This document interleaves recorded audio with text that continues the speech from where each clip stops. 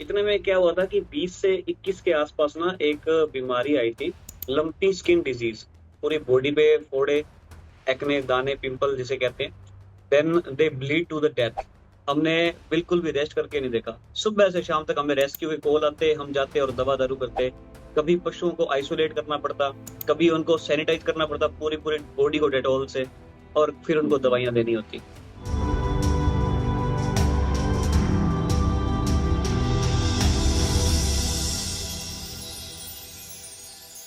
A very good afternoon, sir. First of all, we heartily welcome you to today's podcast. आज हमारे साथ नीतीश भारद्वाज जी हैं, जिन्होंने बहुत ही अच्छा काम किया है अपनी संस्था फाइंडिंग पीस के थ्रू। इनकी कैसी जर्नी रही, इन्होंने कैसे शुरू किया, कैसे इन्होंने काउस को रेस्क्यू किया, उसके साथ साथ और भी बहुत सारे एनिमल्स को रेस्क्यू किया। इनकी कहानी इनसे सुनते हैं। And inspire by dreams foundation बहुत खुश नसीब मानता है अपने आप को कि हमें ऐसे इंस्पायरिंग चेंज मेकर्स के साथ बात करने का मौका भी मिल रहा है। Sir, heartiest welcome to you. नमस्कार। और कैसे हैं आप? सर बहुत बढ़िया, आप बताइए। बस ठीक हूँ।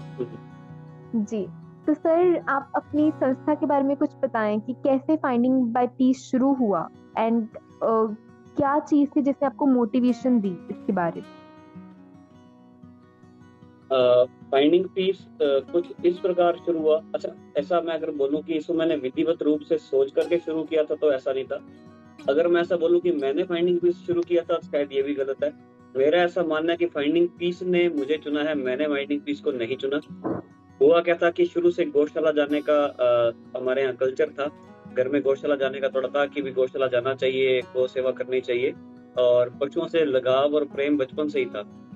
तो उसके बाद क्या होता है कि जब 2012-13 तक मेरा गौशाला से रोजाना आना जाना शुरू होता है, तो 2015-16 और उसके बाद फिर थोड़ा टाइम मैं जयपुर रहता हूँ, छूट जाता है, और फिर दोबारा से गौशाला का। इतने में क्या हुआ था कि 20 से 21 के आसपास ना एक बीमारी आई थी। जैसे इंडियंस पे कोविड आया था, पेंडेमिक, और जी। ये महामारी की तरह फैला, और खूब लोगों ने इसमें अपने दोस्त, करीबी मित्र, रिश्तेदार खोए। और बदनसीबी से मैंने भी मेरे पिताजी को खोया था। और जस्ट उसी टाइम एक पशुओं के अंदर, इन गोवंश के अंदर, गायों के अंदर एक बीमारी आई थी। उसका नाम था LSD, लंपी स्किन डिजीज। अच्छा, इस बीमारी में क्या होता था कि जितने भी गोवंश थे उनके शरीर पर फोड़े होते थे, पूरी बॉडी पे फोड़े, एक्ने, दाने, पिंपल जिसे कहते हैं। उसके बाद उनमें फिर ब्लीडिंग होती थी, और then they bleed to the death. इतनी जी। पेनफुल और इतनी मतलब भयानक मौत होती थी कि ऐसा अपने इमेजिन भी करें किसी के साथ तो शायद वो भी वो पेनफुल लगे। तो होता क्या है कि उस समय जब मैंने यहाँ रिसर्च की, पता किया इधर उधर से कि भाई आवारा पशुओं के लिए क्या यहाँ पे मतलब सरकार का प्लान है, डॉक्टर्स वगैरह क्या करने जा रहे हैं उसके लिए। पता चला कि आम पशु जो आवारा घूम रहे हैं, जो बेसहारा गौ माता सड़क पर घूम रही हैं, इनके लिए कोई व्यवस्था नहीं है। सिर्फ गौशाला के अंदर वैक्सीनेशन होगा, और वो भी इतना ज्यादा भयानक व्यापक स्तर पर नहीं था। तो मैंने डॉक्टर से बात की तो कहते कि आम पशुओं का करके हम पूरे नहीं आते। वो कहते बहुत एक्सपेंसिव रहेगा और इतनी मेहनत भी नहीं की जाती। तब हम जी। ग्राउंड पे आए। मैं था, मेरे साथ एक मेरा मित्र था, बबलू राठौर। हम दो लोग ग्राउंड पे निकले। हमने क्राउड फंडिंग की, आटा लिया, जैसे दवाई ली, जी। कनक वगैरह जैसे होती है ना आस पड़ोस से लेकर के, उसको फिर वो जी। जी। पेड़े बनाए। पेड़े गूंथने के बाद फिर हमने निकलना सुबह से लेके शाम तक।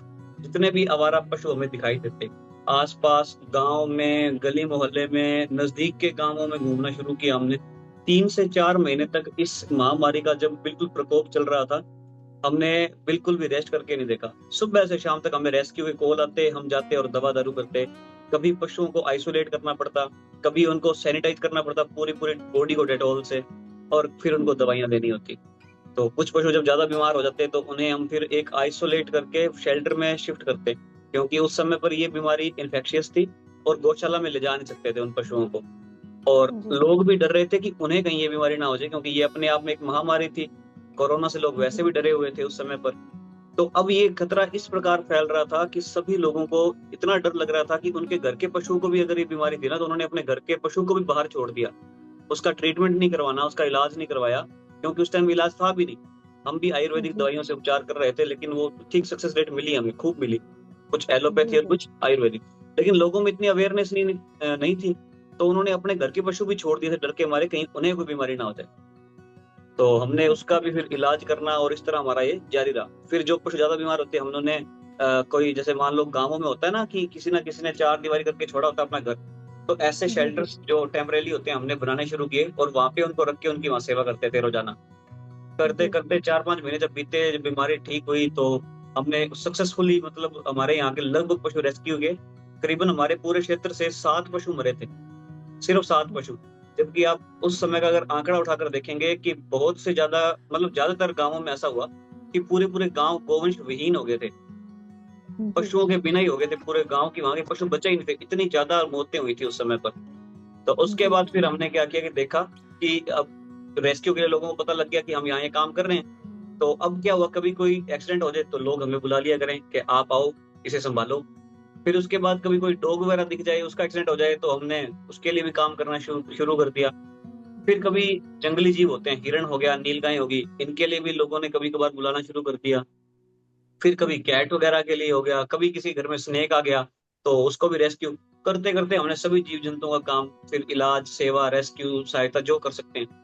और अभी हमने जी टेम्परेरीली एक बिल्डिंग रेंट पे ले रखी है, वहाँ पे हम डॉग्स को रेस्क्यू करते हैं, कैट्स को करते हैं, या बर्ड्स वगैरह को। फिर उसके बाद हमने एक रेस्क्यू बोर्ड है हमारे यहाँ पे नर्सरी में, वहाँ पे हम हिरण हो गया, नीलगाय, रोज वगैरह, उनको वहाँ करते हैं। और जो गौमाता है, उन सबको को गौशाला में। तो इस तरह हमारा ये काम इतना व्यापक हो गया, इतना विस्तृत हो गया। तो अब ऐसा कह सकते हैं कि हमने ये काम नहीं चुना था, इस काम ने हमें चुन लिया।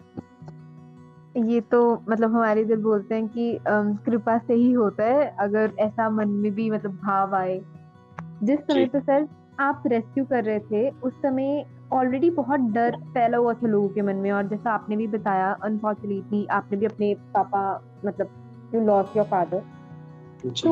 उस समय पे आपको खुद के लिए डर नहीं था कि मतलब या तो आपको पूरी नॉलेज थी डिसीज के बारे में, जो लंपी वायरस डिसीज थी कि इससे मुझे फर्क नहीं पड़ेगा, या तो आप प्रिकॉशंस ले रहे होंगे, या फिर आपको खुद को या आपके दोस्त को ऐसे डर नहीं लगा कि मतलब हम कर तो रहे हैं, ऐसे ना हो कि हमें ही बाद में इन्फेक्शियस हो जाए, फिर बाद में घर भी आना है तो घर वालों को इन्फेक्शन ना हो जाए। उस पे आपका क्या रिएक्शन था? यहाँ पे आके मैं थोड़ा ना प्रैक्टिकली होने के बजाय इमोशनल हो जाता हूँ। मैं जी गाय को वैसे नहीं देखता जैसे और आम हिंदू बोलते हैं कि गाय हमारी माता है।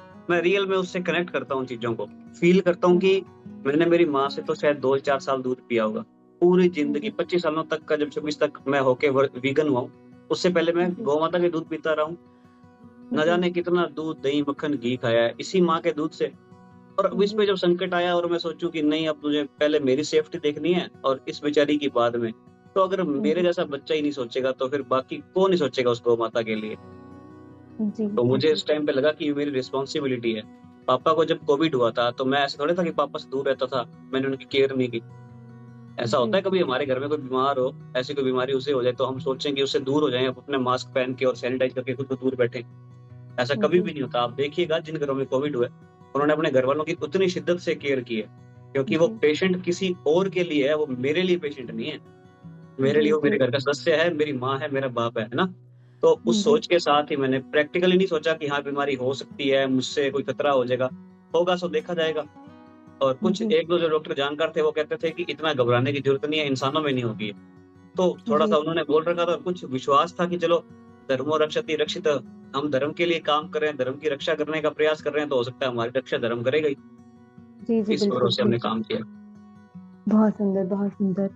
तो सर आपने प्रिकॉशंस क्या क्या लिए, जैसे आप सैनिटाइज वगैरह करते थे, और ऐसा भी हो सकता है कि उस पर्टिकुलर पॉइंट ऑफ टाइम पे जब आप डेटॉल वगैरह से सैनिटाइज कर रहे थे उन्हें, तो एक होता है ना कि एग्रेसिवनेस शो होती है, क्योंकि उन्हें तो नहीं पता कि आप उनकी मदद कर हम्म। रहे हैं या फिर आप उनकी हेल्प करने करने जा रहे हैं। उनके लिए तो होगा कि अरे मतलब मुझे दुख पहुंच रहा है। तो वो एग्रेसिवनेस को आप कैसे हैंडल करते थे? और आपने बताया कि आपका मतलब आपने यहाँ से ही शुरू किया, तो क्योंकि अगर तो कोई डॉक्टर वगैरह हो तो हम मतलब थोड़ा सा सोच सकते हैं कि उसे एक्सपीरियंस है कि कैसे हैंडल करना है कैसे नहीं करना, तो आपने कैसे हैंडल किया? मैं गौशाला ना, हम जैसे काफी टाइम से जा रहे थे, मैंने आपको बताया, तो जी पशुओं को पकड़ने का और रेस्क्यू करने का एक्सपीरियंस पहले भी था।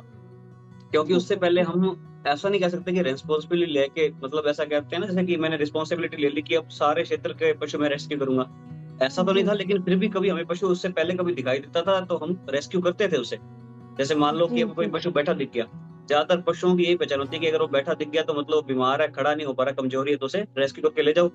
तो उस जी, टाइम पे 2015-16 तक हम ये चीज बहुत आसानी से और ऐसा कर रहे थे, रोजाना ही कर रहे थे, रेगुलर मान लो हफ्ते में कोई 2-3 बार ऐसा कर लेते थे। जुड़े हुए थे जी, कुछ लोगों के साथ, तो इस तरह ये कर लेते थे हम। एक्सपीरियंस था ही। लेकिन जब जी, 20-21 में जब लिम्पी आया तो उस टाइम पे क्या था कि जब उन्हें सैनिटाइज करना होता था तो बहुत सी बार चोटें लगती थी। अब जी, सामने वाले, अच्छा उस टाइम पे मेरे को याद है अच्छे से, एक नंदी पापा थे, कोई मिड साइज के रहे होंगे। तो मैं तो गया था उनको दवाई देने, पेड़ा लेकर के गया उनके पास। और जी, पशुओं की क्या मेमोरी ठीक-ठाक होती है, उनको याद रह जाता है कि इसने कल मेरे को जी, पेड़ा दिया था और पेड़े में कड़वी दवाई थी। उसने मेरे को पहचान लिया। उसने पहचान लिया तो उसने मेरे को जाके सीधा हग किया, ऐसे ना सींगों से उठा के और यूँ पलट दिया। तो मेरे जी, इधर है नहीं रिब्स वाली साइड में काफ़ी चोट लगी थी। तो उस टाइम पे जी, मैं बड़ा ऐसा हैरान सा हो गया, मैं हक्का-बक्का ही रह गया। मैंने कहा यार मैंने तो कुछ गलत किया ही नहीं, ऐसा क्यों हुआ? तो जी, उस समय मैं फिर एक बार एक गोवंश को भी रेस्क्यू किया था, तो उसको सैनिटाइज़ कर रहे थे। पूरी बॉडी पे क्या डेटॉल का शावर करके ना उसपे अच्छे से उसको वॉश करना होता था, ताकि वो जितने भी पिंपल्स हैं, एक्नेस हैं, वो सारे जो हैं वो जी, जी, साफ हो जाएँगे। ऐसा ही कर रहे थे तो उन्होंने लात मारी थी। तो कुछ-कुछ इंसिडेंट जी, याद है मेरे को। तो पशु है खैर, उनको देखो, उनका नेचर है ये। उनको नहीं पता होता ना जी, कि भई ये बिल्कुल। हेल्प करने आए, क्योंकि उनके दिमाग में सामने वाले का दर्द समझने वाला सेंसर नहीं लगा। तो उन्हें सब जी, समझ आता है कि अगर कोई दूसरा उनके क्षेत्र में आया है, या तो उसने घुसपैठ की है, या कुछ चुराने आया है, या उनको मारने हैं। तो वो जी, अपना जी, नेचर था, वो अपना नेचर करते थे, हम अपना नेचर था तो हम उनकी सेवा करते थे। जी, जी, जी, बिल्कुल सर। तो फैमिली का क्या रिएक्शन था उस समय, जिस समय कोविड थी? क्योंकि फैमिली तो सबकी कंसर्न रहती है कि मतलब मेरा बच्चा बाहर जा रहा है, नहीं मतलब तुम ध्यान रखो, तुम्हें क्या ज़रूरत है ये करने की, भगवान अपने आप करवा लेंगे। होता है, सबकी कंसर्न्स होते हैं। होता है। जी, तो मम्मी फैमिली का का था क्या थोड़ा, रिएक्शन मम्मी, था? हाँ, मम्मी मैं बता रहा हूँ, मम्मी का था कि थोड़ा-सा शुरू के दिनों में तो बोला, क्योंकि देखो ऐसा भी नहीं था कि मम्मी मेरे को सिर्फ़ भेज देते थे। उन्होंने जी, अपने पति को खोया था, बहुत बड़ी बात थी उनके लिए, है ना? वो सदमे से बाहर अच्छे से भी आए भी नहीं थे। और दूसरी जी, एक चीज़ थी कि मम्मी थोड़े मेरे पॉज़िटिव हैं इस मामले में, वो सपोर्ट करते हैं। शुरू से उन्होंने ही सिखाया है, ख़ैर इन चीज़ों से थोड़ा लगाव है या जुड़ाव है तो। तो उन्होंने आटा भी गूँथ के देना खूब सारा। तो मान लो जी, कि उन्होंने दवाई के लिए आटा भी देना और कहना भी चलो ठीक है, ध्यान से जाके आना। फिर मैं चोट वगैरह खा जी, के आऊँ तो मम्मी ने उसको सीरियस नहीं लेना इतना, कहना कोई बात नहीं, सही काम में चोटें जी, लगती हैं, गलत काम में तो घर बैठे रेस्ट करो, आराम करने वाले को चोट नहीं लगेगी। सही काम किया है, चोट जी, लगनी लाज़मी है, कोई बात नहीं। फिर थोड़ी बहुत दवाई-दवाई करवाते थे और अगले दिन मैं फिर तैयार होके निकल जाता था। तो इस तरह चलता था, जी। काफ़ी सपोर्ट किया उन्होंने। बहुत बहुत बढ़िया। तो सर, जब स्टार्टिंग में जैसे आप बता रहे थे कि क्राउड फंडिंग से आपने शुरू किया था ये काम, तो ऐसे भी शायद, अब मुझे नहीं पता कि आपका एक्सपीरियंस कैसा रहा था, क्योंकि कोविड में ऑलरेडी ही बहुत लोग परेशान थे कि काम नहीं चल रहे थे, और जैसी कम्युनिटी में हम रहते हैं मिडिल क्लास क्लासेस में, तो हमारा तो होती है वही सैलरी आई उतना सेविंग्स है और उतना की हम खाते हैं। तो कभी ऐसा हुआ कि फाइनेंशियली आपको हो कि अरे मतलब अभी दवाइयाँ लेनी है, इनका इलाज करवाना है, तो अब कहाँ से हो पाए? इनिशियल डेज़ में मेरे पास रुपए थे, मेरे दोस्त जी, के पास भी रुपए थे, मिल कर के दवाइयाँ लेनी शुरू की। अच्छा, और जी, हमें बिल्कुल नहीं पता था कि हम इतने बड़े लेवल पे काम करेंगे। हमें सिर्फ़ इतना था कि चलो अब दवाई ले ली, 2-4 दिन हफ़्ता दवाई देंगे और ठीक हो जाएँगे पशु, और उसके जी, बाद हम जी, फ्री, और इतने पैसे हमारे पास हैं। लेकिन जी, बाद में समझ आया कि शुरुआत होने की थी इतनी सी थैली से। इतनी सी थैली में जी, कुछ 5 या 7 दवाई के जो आते हैं, वो गोलियों के टैबलेट के पत्ते आते हैं, और वो लेके हमने शुरू कर दिया है ना। जी, और बाद में इतना बड़ा कार्टून था, और ऐसे फिर बाद में 2 कार्टून हो गए बड़े साइज़ के। काम इतना बढ़ जी, गया। स्कूटी के सेंटर में तो ऐसा मान लो मतलब कोई 15 किलो तो आटा होता था, गूँथा हुआ जी, आटा। जी, मम्मी से ले लिया, सामने चाची जी और रहते हैं उनसे ले लिया, फिर मेरी सिस्टर वग़ैरह हैं आस में और पास, जो भी सारे जितने भी रिलेटिव हैं, जी, जी, सभी से जाके आटा माँगा कि भई गूँथा हुआ आटा दो, हमने गौ सेवा करनी है और दवाई खिलाने के लिए आटा चाहिए होता है। फिर वो जी, जी, आटा हमें गूँथ करके देते सारे, और वो आटा हम इकट्ठा करते, और फिर अब दवाइयों के लिए मैं क्या करता कि जैसे मेरे दोस्त हैं यहाँ पे, तो दोस्त जी, लोग ठीक-ठाक हैं, वो सारे मतलब मेरी सोच के ही हैं, शाकाहारी हैं, थोड़ा बहुत गौ सेवा से जुड़े भी हुए हैं, तो उन सब जी, से मिला, मैं उनको बोला, मैंने कहा ऐसे करके दिक्कत आ रही है, मेरे को थोड़ी मदद करो। तो कहते हैं कोई बात नहीं, जो जैसे होगा तू कर, क्या तू दवाइयाँ दे, कभी हम नहीं आने देंगे। तो मेरे दोस्त लोगों ने खूब मेरा जी, सपोर्ट किया, और उसके बाद फिर हमने मिल के दवाइयाँ लेनी शुरू करी, और दिक्कतें आई बीच में कुछ दिन तक, क्योंकि डेटॉल बहुत महँगा पड़ता है। तो जी, जी, डेटॉल से बॉडी को सैनिटाइज़ करना, डॉक्टर ने भी यही बोला था। उसके लिए फिर दिक्कत आने लगी, तो फिर घूमते फिरते गए एक अंकल जी से, उनसे हेल्प ली हमने। वो थोड़े ठीक जी ठीक थे, एज के भी थे और थोड़े वो फाइनेंशियली स्ट्रांग भी थे। तो जी फिर जी इस तरह मतलब मान लो कि अब जुगाड़ करते गए और जुगाड़ों के माध्यम से सीढ़ी बनती गई और हम आगे बढ़ते गए। जी जी जी सर, बहुत मतलब बहुत ही इंस्पायरिंग, एक्चुअल में इंस्पायरिंग स्टोरी है सर। उसके जी साथ आप जो भी बच्चे मतलब जो भी यंगस्टर्स ऐसा काम करना चाहते हैं, पर उनके पास फॉर एग्जांपल फंड नहीं होता या फिर अपनी सेविंग्स नहीं होती, तो उनके लिए आप क्या कहना चाहोगे कि उन्हें कैसे शुरू करना चाहिए?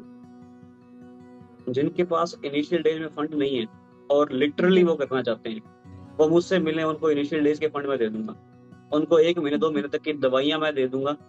और उसके बाद अगर उन्हें लगता है कि वो इस चीज को बेहतरीन से तरीके से कर रहे हैं और फिर भी उनको दिक्कत आ रही है, तो वहां के क्षेत्र के जितने भी अच्छे एनजीओज हैं, जितने भी वहां के क्षेत्र के अच्छे दानवीर भामाशाह होते हैं जैसे, तो जी जी वहां के उन लोगों से मिलना करना, ये थोड़ा सा ना।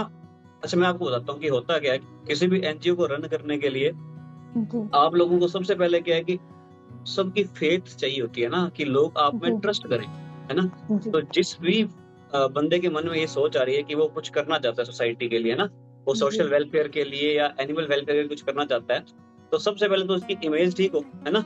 तभी तो जी कोई उसमें विश्वास करेगा कि हाँ ये व्यक्ति अच्छा काम कर रहा है, तो वो उस काम की जी शुरुआत करे। शुरुआत के बाद क्या होगा कि शुरू के जैसे मैंने आपको बोला 1-2 महीने के फंड दवाई तक तो मतलब उम्मीद है कि मैं उसकी हेल्प कर दूं। ज्यादा तो मैं नहीं कर जी पाऊंगा।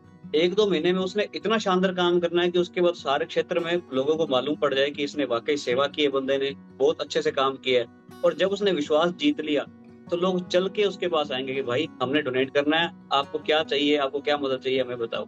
और सोशल मीडिया प्लेटफॉर्म्स इतना अच्छा माध्यम हो सकते हैं आपके सोशल कोज को, आपके गुड कोज को रन करने के लिए, कि आपने इन पे अच्छे पॉजिटिव वीडियोस बनाने हैं और पोस्ट करने हैं, थोड़ी सी फॉलोइंग गेन करनी है। और उस पर रेगुलरली अगर वीडियो पोस्ट कर रहे हो, लोग देखेंगे कि आपने मतलब पिछले 1-2 महीने से कंसिस्टेंटली काम भी किया है, वीडियोस अपडेट किए हैं, तो लोग जी विश्वास करते हैं और उसके बाद डोनेट भी करते हैं। ऐसा नहीं है कि इस दुनिया में सारे के सारे एक लग मतलब कह दें अपने नेगेटिव या वो बुरे लोग ही भरे पड़े जी हैं। इस चीज के लिए भी लोग सपोर्ट करते हैं, वो आगे आते हैं। बस आपने उनका जी विश्वास जीतना है, अपने शिद्दत से, अपने हार्डवर्क से। और एक बार जी जीत लिया, फिर आप कुछ भी कर सकते हैं। जी सर, इसके साथ साथ जैसे अब आजकल बच्चे जो भी हैं, यंगस्टर्स हैं या फिर कोई भी अगर करना भी चाहता है, तो उनका साथ में जॉब वगैरह भी होती है, तो उसको बैलेंस करके भी चलना पड़ता है। तो मतलब आप लोग किस तरह से मैनेज करते हैं कि फंड वगैरह, जॉब, क्योंकि आपकी खुद की पर्सनल लाइफ भी होगी अलोंग विद जो भी आप काम करते हैं, जो भी आप सेवा करते हैं, तो आप किस तरह से मैनेज करते हैं? टू बी वेरी ऑनेस्ट, मैंने मेरी पर्सनल लाइफ को सेक्रीफाइस कर दिया इस काम के लिए। जी मैंने मेरे व्यक्तिगत जीवन को, व्यक्तिगत जी खर्च को, और जितने भी अपने आज की एज में, जैसे मैं अभी इस अगस्त में मैं 30 साल का हूँ, 29 ईयर्स का हूँ अभी। और जी इस एज में लगातार देख रहा हूँ मैं, शुरू से अब तक के जितने भी आसपास के दोस्त देखे हैं, चिर परिचित जी देखे हैं, सब अपने फ्यूचर के लिए, जॉब के लिए, करियर के लिए, सेटल होने के लिए स्ट्रगल कर रहे हैं। कुछ हो गए हैं, जी कुछ लगे हुए हैं। तो उस समय पे मैंने लक्ष्य ले लिया ये, कि भाई मैंने तो एनजीओ बनाना है और इसको सेटल करना है। तो जी अगर कोई वाकई चाहता है कि इस जीवन को एक सही अर्थ दे सके, जी हीरा जन्म अमोल था कोटि भाव जाए, कोई वाकई जानता है कि ये अगर इतना अनमोल जीवन है और इसका सही इस्तेमाल करना है, तो वो तो जी सब कुछ छोड़ के इसी लाइन में आ जाए, मैं कहूँगा। और अगर जी उसे लगता है कि वो एक पर्सनल लाइफ भी जिए, साथ में एक सोशल थोड़ा बहुत करके और चलना चाहे, तो वो फिर अपने ना टाइम में से टाइम सेव करे। जैसे मान लो अगर उसकी 5 to 7 जॉब टाइप है, कुछ भी है, 9 to 7 जो भी, जी तो वो जी अपनी जॉब के बाद कोई घंटा 2 घंटा रोज टाइम निकाले इन चीजों के लिए, और फिर उन्हें जी जितना भी रेस्क्यू कर सके, जितनी भी हेल्प कर सके सो करे। और इसके साथ साथ एक चीज हो सकती है कि इसी सोच के अगर वो लोगों का ग्रुप बना ले, तो वो इनके लिए एक शानदार स्तर पे जाकर के सेवा कर सकता है। लेकिन उसके लिए आपको उसी सोच के कुछ लोग चाहिए रहेंगे, है ना। जी आप जी अकेले अगर करना चाहें, तो अगर अकेले निकलेंगे तो मुश्किल नहीं है, अकेले निकलिए, आपकी सोच के लोग जी मिल जाएंगे। तो उन्हें उस सोच जी के लोग ढूंढने होंगे, तब वो एक संस्था जी को या इतने सही स्तर पर ले जा पाएंगे। जी।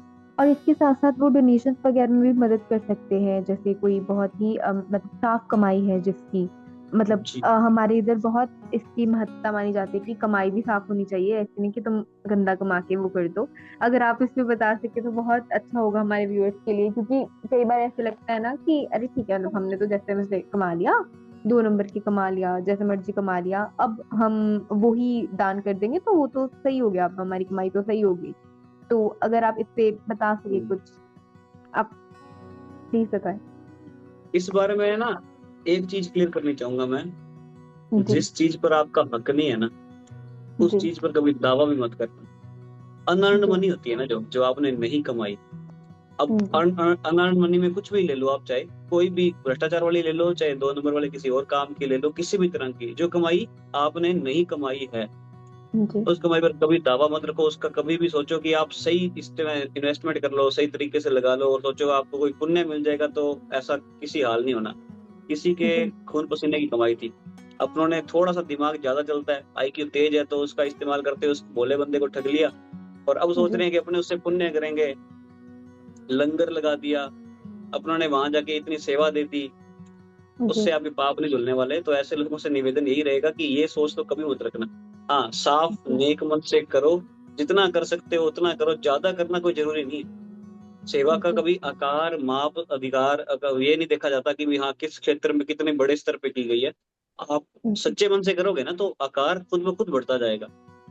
जी। तो सच्ची नीयत से एकदम साफ मन से करो। ये 2 नंबर वाला सिस्टम मेरे ख्याल से सेवा वाला काम नहीं करना चाहिए।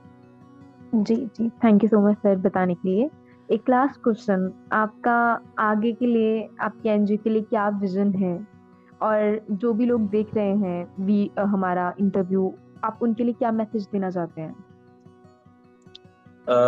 मेरे एनजीओ के लिए तो भाई मैं यही कहूंगा कि हमने ना पिछले चार, मैंने आपको जर्नी बताई मेरी 2020-21 में शुरू जी। हुई थी। तो उसके बाद अब 25 भी हो गया ना, क्वार्टर हो गया, अप्रैल आ गया। जी। तो हमने ना बहुत स्ट्रगल देखा, सुबह शाम दिन रात। और अब ना हमने लक्ष्य लिया है कि 1 साल के अंदर हमने एक मेडिकल फैसिलिटी युक्त एक शेल्टर का निर्माण करना है, जहाँ जी। ना केवल गौ माता, सभी प्रकार के जीव जंतुओं का निशुल्क इलाज किया जाए। अच्छी मेडिकल फैसिलिटीज हों, लैब हों जहाँ पे अच्छे डॉक्टर हों।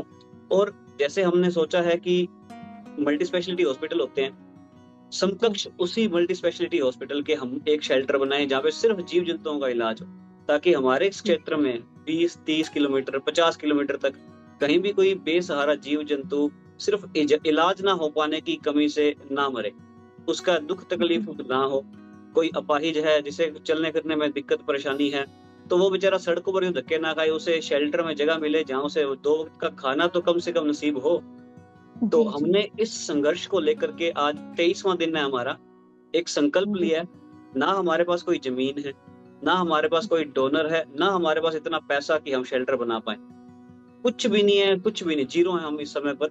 लेकिन फिर भी आंखों में एक तेज है, एक संकल्प है, एक संघर्ष है, एक आग है जो कह रही है कि हमने ये करना है और करके दिखाएंगे। इस संघर्ष को लेकर के आज 23वां दिन है, और पहुंच रहे हैं हम। 365 दिनों के अंदर हमने खड़ा करना है। राम जाने कैसे होगा, लेकिन करेंगे, ये मैं दावा कह सकता हूँ। तो जी। उसके लिए लगे हो। बिल्कुल। और यूजर्स, सॉरी, जो व्यूवर्स जी। वीडियो देख रहे हैं, उनसे निवेदन करूंगा कि आपके क्षेत्र में भी किसी ना किसी क्षेत्र के अंदर ऐसे लोग काम कर रहे होंगे, चाहे वो क्लाइमेट जी। चेंज के लिए कर रहे हैं, चाहे वो वीगनिज्म के लिए कर रहे हैं, चाहे फिर वो जी। प्लांट्स के लिए कर रहे हैं, और चाहे फिर वो एनिमल्स के लिए। हम तो मिलके चारों पे काम कर रहे हैं। आपको किसी एक पर भी काम करने वाली ऐसी संस्था मिल जाए तो आंखें बंद करके उसकी मदद करना। तन से कर जी। सकते हो तो फिजिकली जाकर करना, मन से कर सकते हो तो उनके वीडियोस फॉलो लाइक शेयर वगैरह करके वैसे कर लेना। और धन से करते हो, फाइनेंशियली स्ट्रांग हो, तो वो और भी अच्छा है, क्योंकि इस तरह की संस्था को चलाने के लिए धन की बहुत आवश्यकता रहती है। तो बिल्कुल। जिस तरीके से वो उपलब्ध हो सकते हैं इस काम में, तो उनको बढ़ चढ़ के आगे आना चाहिए। अगर भगवान ने उन्हें इस लायक बनाया है कि वो किसी की मदद कर सकें, तो हमेशा मैं बोलता हूँ कि जरूरतमंद की मदद करने के लिए हमेशा आगे आना चाहिए। तो उन्हें भी आना चाहिए और वो मदद करें इस प्रकार, और अपने जीवन को शायद एक सार्थक लक्ष्य दें, ज्यादा अच्छा होगा। बिल्कुल। बिल्कुल। Thank you so much sir, बहुत अच्छा लगा आपसे बात करके। एंड हम यही प्रे कर सकते हैं कि भगवान जी आपका संकल्प पूरा कराएं, और आप इसी तरह से एनिमल्स की सेवा करते रहें और सोसाइटी में एक पॉजिटिव इम्पैक्ट लेकर आए। बहुत जेन्युइनली बहुत अच्छा लगा ये सब सुन के कि आपकी रील्स हम लोगों ने देखी थी, मैंने आपसे बात भी की थी उससे पहले। जी। एक वो एक एक गौ माता थे शायद या नंदी बाबा थे, मुझे याद नहीं है। उनका हाँ पूरा यहाँ से एक गला हुआ था, जो सिंह वाला हाँ, एरिया था। सींग सींग गले हुए थे उनके। जी जी जी। और और इन्होंने बहुत ही मतलब अच्छे से रेस्क्यू किया। और इसके साथ साथ मैं ये भी बताना चाहती हूँ कि इन्होंने, जितना मैंने रील्स पे देखा है, इन्होंने बहुत सारे जिन्हें कोई रेबीज वगैरह है, एक गौ माता थी शायद जिन्हें था, तो हम्म उन्हें मतलब प्रॉपरली कि अच्छा आइसोलेट कर दो, जिनसे डरते हैं, क्योंकि डरना मेरे हिसाब से तो बनता भी है, क्योंकि हमें नहीं पता मतलब कि वो कैसे रिएक्ट करें, या मेरे जैसे इंसान तो ये बोलेगा कि पता नहीं, मतलब रहने देते हैं कि कैसे रिएक्ट करेंगे, हम पीछे हो जाते हैं। तो ये लोग वहां जाकर उन गौ माता की, उन डॉगीज की, एंड ये मैं सीरियसली बताना चाहूंगी कि it is not only limited कि सिर्फ एक प्रकार के एनिमल्स को, कि गौ माता है उन्हें या फिर डॉगीज हैं उन्हें, जितना मतलब पूरी इक्वेलिटी की तरह गौ माता, डॉगीज, कैट, सबको ये लोग रेस्क्यू करते हैं उस पर्टिकुलर टाइम में, जिस टाइम पे हम जैसे लोग तो डरेंगे जाने से। अगर किसी को रेबीज है, कौन ही जाएगा, वो बोलेंगे कि अरे मुझे तो सिंगों से उठा के मार देगा, मैं क्या ही करूंगा, मैं तो नहीं जाऊंगा, मतलब नॉर्मल इंसान तो ऐसे डरेगा। तो बहुत बहुत बहुत बहुत कृपा है भगवान की आपके ऊपर कि आपके मन में ऐसे विचार आते हैं और आप इस तरह से इनकी सेवा करते हैं। मेरी यही प्रार्थना रहेगी एंड आई प्रे कि आप इसी तरह से अच्छा काम करें और आपकी जो भी अच्छे संकल्प हैं डॉगीज को लेकर, गौ माता को लेकर, वो भगवान पूरा कराएं। Thank you so much, sir. Radhe Shyam. It was wonderful talking to you. Thank you ma'am. Thank you so much.